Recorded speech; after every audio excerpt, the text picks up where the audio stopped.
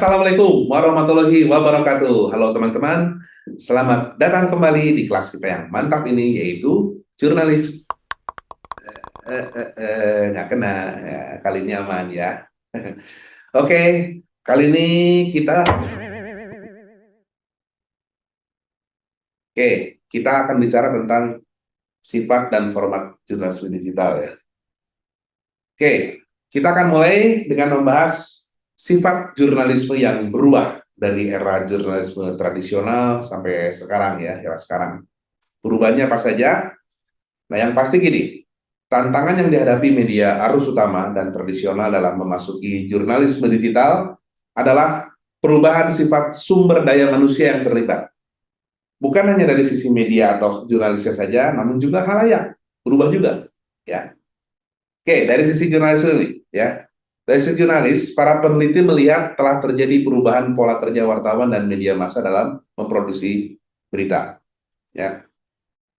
Temuan beberapa akademisi menunjukkan bahwa teknologi digital, terutama media sosial ya, telah merubah cara bagaimana berita diproduksi dan dimanfaatkan. Sebagai akibatnya, cara kerja jurnalis pun turut berubah. Ya, salah satunya adalah perubahan mereka dari yang tadinya bekerja dalam kelompok dan berkantor di perusahaan medianya, sekarang sudah bisa bekerja sendiri-sendiri dari jarak jauh. Selain itu, ada pula isu efisiensi sebagai akibat menurunnya produktivitas dan pemasukan gara-gara terlalu banyak media daring yang mengalahkan media tradisional ya. Nah, salah satunya dengan merubah kebutuhan keahlian reporter yang kini bergeser ke arah keahlian media sosial dan digital. Nah, keberadaan posisi spesifik juga semakin berkurang. Kalau dulu kan dicari itu yang pinter nulis, pinter motret, gitu ya, pinter ngedit. Sekarang reporter harus berperan ganda, sekaligus menjadi videografer, editor, dan kreator media sosial sekaligus, ya, sekalian satu orang.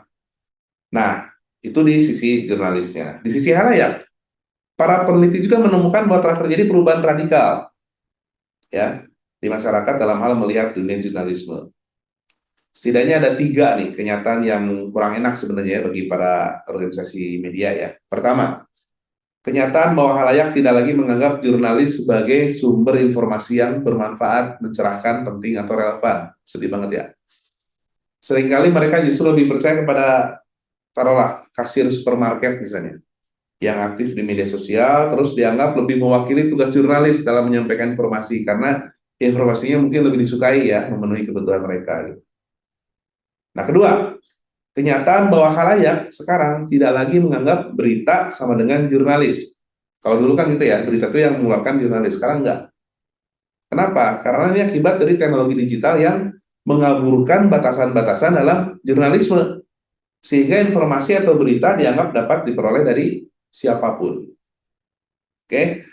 Nah, ketiga, adanya pilihan dari khalayak untuk tidak lagi menggunakan produk jurnalisme, karena lebih menyukai hal yang viral ya, yang disebarkan melalui media sosial dan dianggap sebagai kebenaran dan lebih penting dibandingkan karya yang dibuat oleh jurnalis.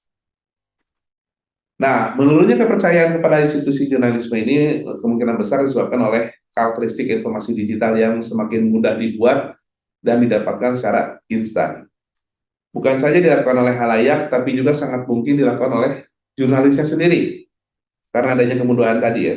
Jadi jurnalis pun merasakan kemudahannya untuk membuat berita dengan menggunakan teknologi digital dan media sosial.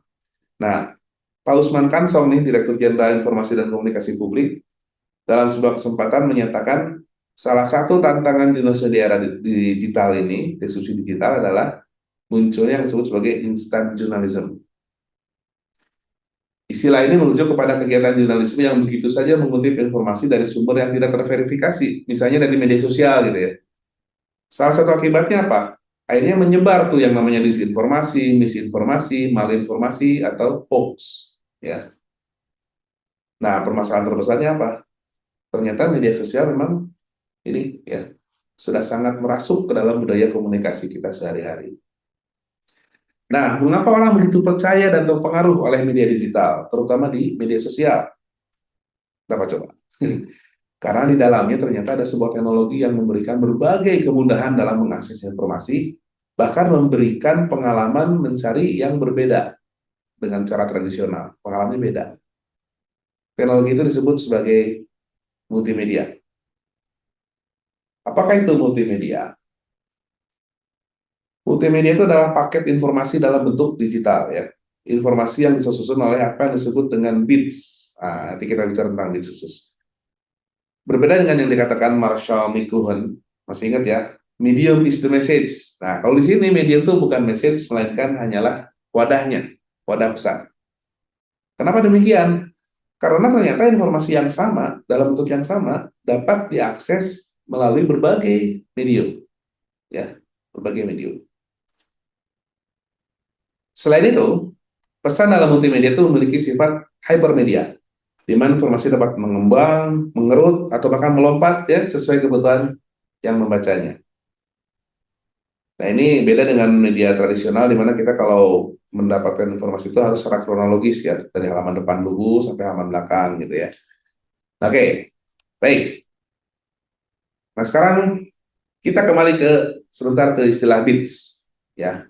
Bits adalah sesuatu yang membangun informasi di dunia multimedia. Bits ya, bukan bytes. Dapat dikatakan apabila pesan digital itu memiliki DNA atau DNA ya, maka bits ini adalah unsur atomik terkecil yang membangun DNA tersebut. Jangan bayangkan bits ini seperti benda padat yang biasa kita lihat, ya, karena bits itu tidak berwarna, tidak berbobot, dan dapat bergerak dalam kecepatan cahaya, cepat banget. Bentuknya sendiri merupakan perpaduan dari kombinasi on dan off yang diwakili angka 1 dan 0. Kalau on 1, off 0. Gitu ya. Nah, buat yang pernah nonton film The Matrix, ya, pernah ngeliat seperti itu kan? Ini kayak gini ya. Uh, Matrix itu adalah contoh bagaimana sebuah pemandangan yang terlihat sebenarnya merupakan hasil dari kombinasi pesan multimedia, rangkaian pesan 1 dan 0. Gitu ya. Nah, karakteristik multimedia tersebutlah yang melahirkan konsekuensi dalam hal mengakses informasi. Yang paling utama adalah lahirnya pengalaman eksplorasi informasi yang berbeda-beda pada setiap individu. Walaupun medium yang diakses adalah sama, bahkan mungkin informasi yang dicari pun sama. Namun, dua orang yang berbeda akan mengalami pengalaman masing-masing yang berbeda. Contohnya gini, si A misalnya ya, sedang membaca nih salah satu berita tentang konflik Israel dan Palestina ya di sebuah media daring misalnya. Di sebelahnya ada si B yang membaca hal yang sama di media yang sama. Namun bisa saja kemudian si A setelah membaca sebentar, kemudian menemukan link ke video berita, ada link nih, video berita yang relevan. Ada klik aja, dia nonton video. Sementara si B yang sebelahnya itu membaca sampai habis beritanya, udah gitu dia melihat ada link untuk lihat foto-fotonya. Dia memilih untuk lihat foto-fotonya. Pada saat yang tidak terlalu lama, mereka kan sudah berpisah tuh, kemana-mana ya berbeda alamannya. Nah, ini perbedaan ini juga dimungkinkan oleh seberapa luas developer itu memberikan fasilitasnya. Ya. Oke, selain itu juga bergantung pada teknologi apa yang dipakai. Yang dipakai untuk mengakses ya, bisa HP, laptop, tablet, atau apapun. Dan yang pasti, pilihan audiensnya sendiri itu sangat bebas, sangat luas. Tidak terbatas oleh dimensi ruang dan waktu.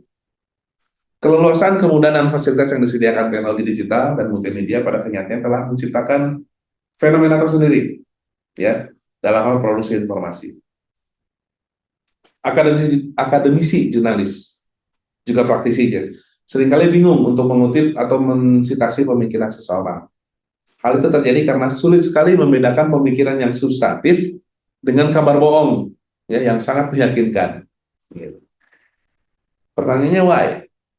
Kok bisa begitu ya? Baik, ini seperti yang dibahas di video sebelum ini, masih ingat ya? Semua terjadi karena teknologi digital dalam kegiatan jurnalisme itu berkembang dalam jejaring internet yang memungkinkan setiap orang menulis atau mengabarkan sesuatu. Setiap orang bisa jadi jurnalis. Karena itu, perlu kita pahami seperti apa karakteristik pesan digital itu agar tidak terjebak dalam ketidakakuratan. Nah, dalam teori klasik terdapat 5 ya, 5 cara untuk memahami dan mengenal seperti apa itu yang namanya informasi digital. Pertama, kita harus selalu ingat bahwa data digital itu dapat dimanipulasi. Artinya, informasi dalam bentuk digital bisa dimodifikasi secara leluasa, cepat, dan dengan prosedur yang sederhana, gampang banget merubahnya. Oke, yang kedua, Harus diingat pula bahwa pesan digital disebarkan dalam jaringan internet. Dengan bantuan internet, informasi digital dapat dibagikan dan dipertukarkan secara simultan. Pendistribusian dapat dilakukan secara ulang-ulang tanpa banyak kesulitan. Jadi udah cepat, bisa ulang-ulang lagi. Sehingga ketidakakuratannya juga jadi sangat mungkin terjadi. Udah tidak akurat, nyebarnya cepat pula. Wah, itu kan bahaya. Ya, itu mesti kita ingat selalu. Oke, nah yang ketiga nih, pesan digital itu padat. Maksudnya, informasi digital dapat disimpan dalam sebuah teknologi penyimpanan data. Besar kecilnya informasi digital disesuaikan dengan teknologi penyimpanannya. Apakah itu mau disimpan di compact disk, masih zaman nggak sih compact disk ya? Hard disk, flash disk, atau cloud sekalipun. Ya, akan ada batasannya ya. Nah, gara-gara itu maka keempat, pesan digital itu dapat dikompresi sehingga sesuai dengan tempat penyimpanan data yang dipakai. Kompresi informasi digital juga menjadi salah satu sarana untuk memadatkan data dalam jejaring internet agar sesuai dengan kapasitas bandwidth. Jadi kalau video terlalu gede kan susah loadingnya ya. Nah, tapi ini juga yang menimbulkan potensi ketidakakuratan dalam informasi karena mungkin saja informasi yang ditampilkan itu tidak lengkap atau terdistorsi sebagai akibat dari kompresi tadi ya, sehingga datanya nggak lengkap. Dan kelima, pesan digital itu imparsial. Ini berkaitan dengan kode yang tadi kita bicarakan ya, 1 dan 0 tadi. Ya. Gara-gara kodenya biner 1 dan 0, itu memungkinkan data digital itu bisa dipresentasikan dalam berbagai bentuk informasi. Ya. Atau dalam bentuk multimedia. Bila tidak hati-hati, kita dapat saja terkelabui oleh pesan-pesan tersembunyi di balik tampilan digital yang menarik. Itu ya, 5 hal yang perlu kita perhatikan. Jadi begitulah teman-teman. Ya, kehadiran teknologi digital yang melahirkan multimedia itu telah banyak merubah praktek jurnalisme dan perilaku memperoleh informasi saat ini. Bukan saja oleh jurnalis, tapi juga oleh halayaknya.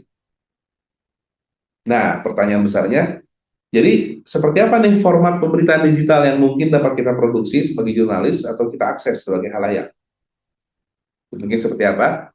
Nah, kita akan bahas hal tersebut di video mendatang. Jadi stay tune terus di perkuliahan jurnalisme digital ini ya, bersama saya, Dandi, dan juga Pak Andika. Kita ketemu lagi di sesi berikut. Oke, let's call it a day for now. See you in the next session. Bye.